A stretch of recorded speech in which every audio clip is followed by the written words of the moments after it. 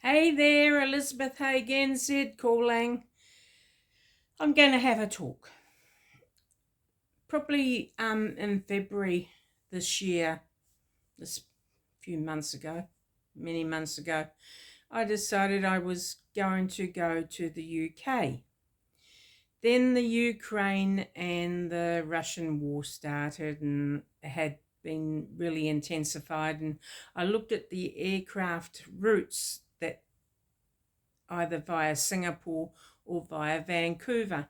Well, via Vancouver, you've got to go over a little bit of Russia. So I decided, no, I will go to America. I will go to Vancouver. I will go to Zurich. So I did the Amtrak train through Montana, New York, and all that kind of thing. The holiday wasn't, it was a holiday, but it was a holiday ish. How does one say it? It was a challenge. I decided to do a challenge, and the challenge was to see how good my memory was, because I had a memory test for Alzheimer's, dementia, and so far I passed. And I thought, oh, well, there's nothing wrong with me, so I'll go on this massive holiday. The Amtrak train. Man, they're massive. Big, giant dinosaurs. That's what they are. And then I decided, oh, well, I may as well do it all in one go and go down the Rhine. I've always wanted to do the chocolate box type Rhine. You know, the pretty houses, you know, the castles and the river and all that. Oh boy. The Rhine I would never drink out of. The Rhine I would never swim out of. In the Rhine. I was in Amsterdam, and I somehow ended up in Paris. Didn't manage to take any photos because my camera had died on me, and I didn't have an international plug to charge the phone. And I looked everywhere for an international plug. I forgot to buy one here in New Zealand. Okay, I'm sure you can forgive me for that, because from the experience I had in Germany, Amsterdam, oh my godfather, Amsterdam was the most filthiest city I've ever been to. Germany, oh, the rude Hitlers, oh, they rude Nazis. You're not allowed to say those words anymore, but I don't care. If you've got German in you, turn the video off now. I'm a baby boomer. My father was in the Second World War, so therefore I have every right to say Nazi and Hitler's and SS soldiers. Okay, I get home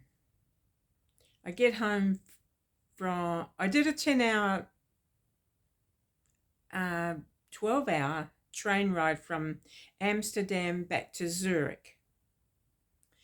But somehow I missed a station because it said Bastille, Basel, or something. Anyway, there was Basel A and Basel B. And I said to the conductor, I says, is there two stations? He said, yeah. In his German accent, or maybe Swiss accent, I'm not too sure. Okay, so we go past Basel A. And then I said, where's Basel B? He said, oh, no, you get off and you went to platform B to change. Okay, I said, well, how am I going to get back to Zurich? He said, get off next station and catch the number 52. Okay, I get off the next station and I go to number 52. You know, that 52. Platform 52. Okay, I get there.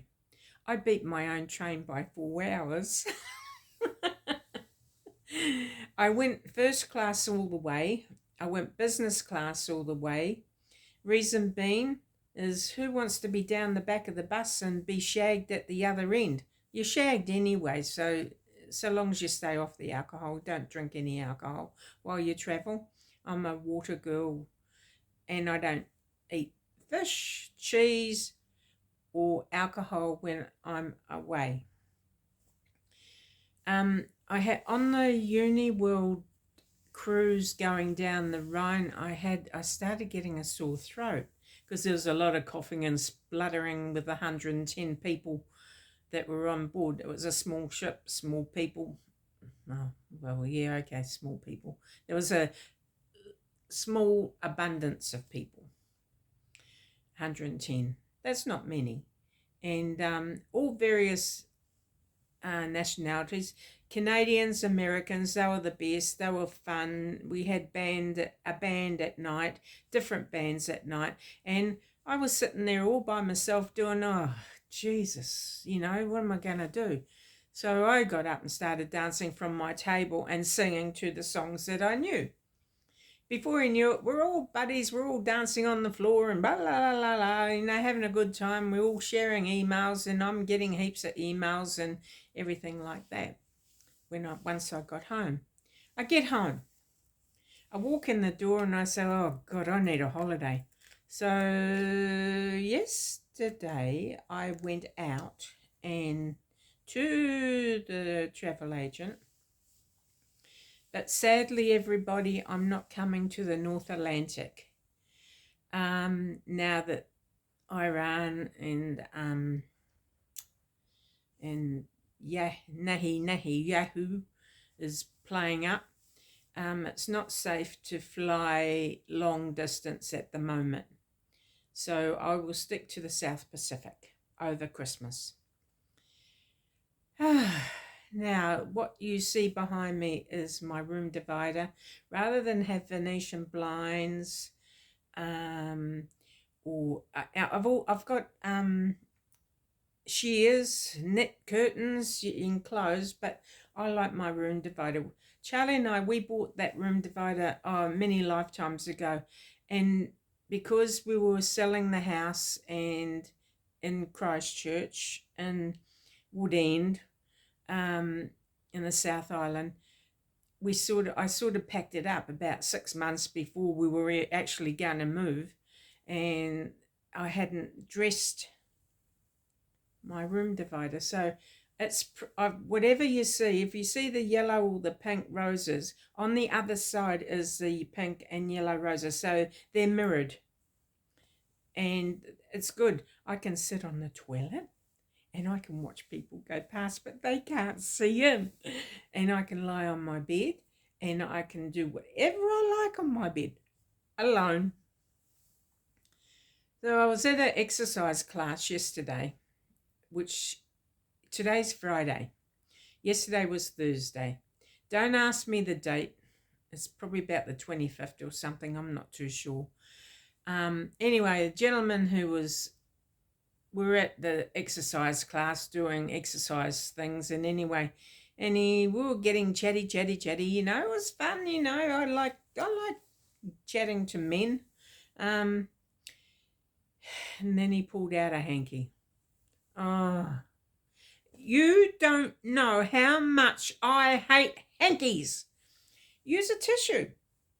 Tissues, carry a little packet of tissues. Have a hanky. Blech. Anyway, so over Christmas, I wanted to have a Scottish Christmas. I wanted to have a Scottish snowy Christmas. But it's not going to happen. Not this year anyway. Not for 2025. I wanted to go and sort out my grandfather's grave, his grave it was like a bowl, like upside down bowl, concrete. Someone smashed it, and I know who smashed that, because that person I was with last time I was in Glasgow in Kikantillock. I say that they did something naughty to it. Might have been hooligans, who knows, but I would say it was that person. In anger, in smart assy evening. I wanted to get hold of my sister so she'd go halves in the cost of the headstone of my grandfather. I've never met him, didn't know him. He only died in 1970 something, 1978 or something. I don't know. Anyway, I haven't even found a resting place for Charlie yet, or myself. And here I am worried about other people's stones, grave headstones. But okay. I'm not angry. I'm not upset. I'm getting there. Life is really hard. It's been 6 years and many months since Charlie died. I talk to him most nights, especially on a full moon. When I'm asleep, when I'm in bed at night, you can see the moon peeping through the top there. And I just wave and talk to Charlie and his stupid bloody satellite.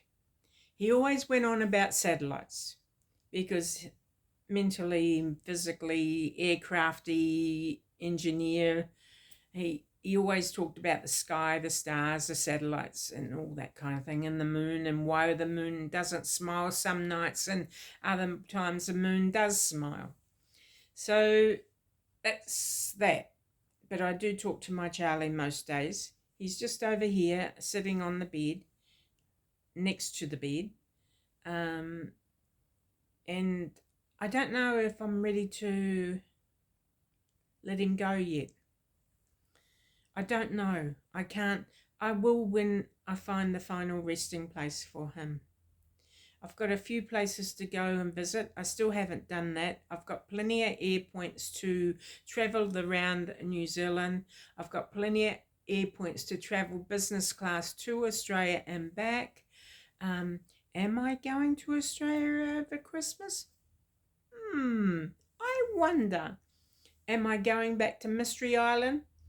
I wonder. But we'll see. It's a cold, freezing day today. It's piddling down with rain. I'm all rugged up like a bunny rug. I've got one of my cardigans on. Sorry, I haven't got my inch jersey rug on yet. I had that on yesterday. It's green. I had this cardigan jersey from a specialist shop, where they knit in front of you and you go in there. And I was with a person from Inch, and we were in Keith, a town called Keith, north of Aberdeen, north of Inverurie, north of Inch. We had lunch there with a cousin from Aviemore. And anyway, I was freezing. I was freezing. My bones were starting to shaddle and rattle and shake. And we get in there, I get it on, and I thought, oh, coziness, I like to wash my clothes after I've bought them. But this particular day, I didn't care. It was so cold, it would have killed all the germs anyway. But I had that one on yesterday, and it's nice and cozy, and I still wear it, and I love it. And I've only washed it probably 3 or 4 times, if that. I don't need to because it's so beautiful. And thank you. I will not say your name because I don't want you to be spammed on your Facebook. But thank you for the talks we have face to face, like face to face, FaceTime, whatever you want to call it, and everything like that. When I go away at Christmas time, I'm going Melbourne, catching the train from Melbourne up to Sydney. I'm going to do a childhood memory photo thing of where I lived, where I was born, what beaches are the best, what beach I loved when I used to wag school, bunk school, and it used to only cost me a shilling to get from Blacktown, Seven Hills, Central Railway Station, and I had changed to catch the ferry return from Circular Quay back from to Manly and back, Manly Beach. And I'm going to do that. I'm going to take a photo thing. I don't know if it's going to be video. I'll look into getting a proper video camera. I've got a GoPro, but I don't know how to use it. Had some jerk. Oh no, I'll repeat myself. I had a very nice gentleman that says he knew everything about GoPros. Okay, he comes in, he picks it up, says, "What's this?" I says, "That's the GoPro." He says, and anyway, I gently go, POQ. Another one that has a hanky in his pocket. Blech. But today at 1:30, I go to bingo. I'm going to bingo. I love bingo. Reason being, it's fun, and it's just fun. It's fun. You know, the innuendo conversation that we have, and the laughter and all that. I go for the laughter more than anything. And they bunged the price up. It used to be $3. Now it's $5. But okay, $5 is $5. It's not as if I'm poor. Or if I was poor, I suppose I could go without bread and milk for a week. That's a personal joke. I like to go and see my sister, but of course, when you have a sister who doesn't let you know that your mother has died, what do you say? She's upset more so with me because I let her know that her eldest son had died. And I wrote publicly that she killed my nephew by feeding him baked beans. And that's all the boy ever had when he was young, a baby. Even after he had started school, I think he was eating baked beans right up to the age of 10 years old. That's all he ate. It wasn't his favourite, but when I was around, or other people were around, "Oh, yum, this is yum. Oh, yeah, abused children never complain." And she abused that boy, and he died at age 47. I'm glad he's gone, Alan, because he and my father and my Charlie are having a wow of a time up there in heaven, and they're having a good time. Have they got girlfriends up there? I don't care. They're having a good time. But I just asked Charlie, "Can you wait for me? Wait another 8 years. I've got 8 years. I promised myself 8 years. What if I'm still alive in 9 years' time?" No. 8 years. 78 is my number. Yeah. But anyway. Children. Our children. That's all I can say. You're missing out on a lot, guys. You're missing out on a lot. But we'll see you all later. I'm happy. I'm fine. I'm okay. I've still got long hair. Throw it away. Why have I got long hair at my age, at age 70? You gotta, because everyone's got tight, curly, grey hair, and I hate tight, curly, grey hair. If I'm going to get a haircut soon, get around to it, when I get around to have a haircut, I'm going to shave my head. I'm going to go bald. I want to see what's under this. But anyway, the joke for the day. I was down over this past summer, for 2025, before we went into winter. I was down at the Mount Maunganui. That's where the cruise ships come in, and the freighter ships come in. You go surfing, you're swimming, and and all that kind of stuff. Summertime. And anyway, I was sitting on the park bench, keeping cool under a shady tree, and there was no one on the other end of the park bench. Guy sits down, we get chat, and everything like that. And he says, "Want to come over to my place for a cup of coffee?" I says, "Where do you live?" And he says, "Across the road." So I looked around, beautiful house, not short of a bob. And anyway, I said, "No, sorry, I've got to go home and mow the lawn." He said, "Oh, can you wait here 5 minutes and I'll be back?" I said, "Yeah, sure." So I carried on reading my book and whatnot. I'm a Daniel Steele book girl. And anyway, he comes back, and I hear in the background, I could hear a trailer, bouncing up and down. I could hear a trailer. So I turned around and I said, "Oh no, I know what he wants to do." Okay, he comes, runs. He says, "Right, let's go to your place and I'll mow your grass for you. I will mow your grass for you." I said, "No, it's not I have artificial grass." At the time, I had artificial grass where I lived before I sold the house.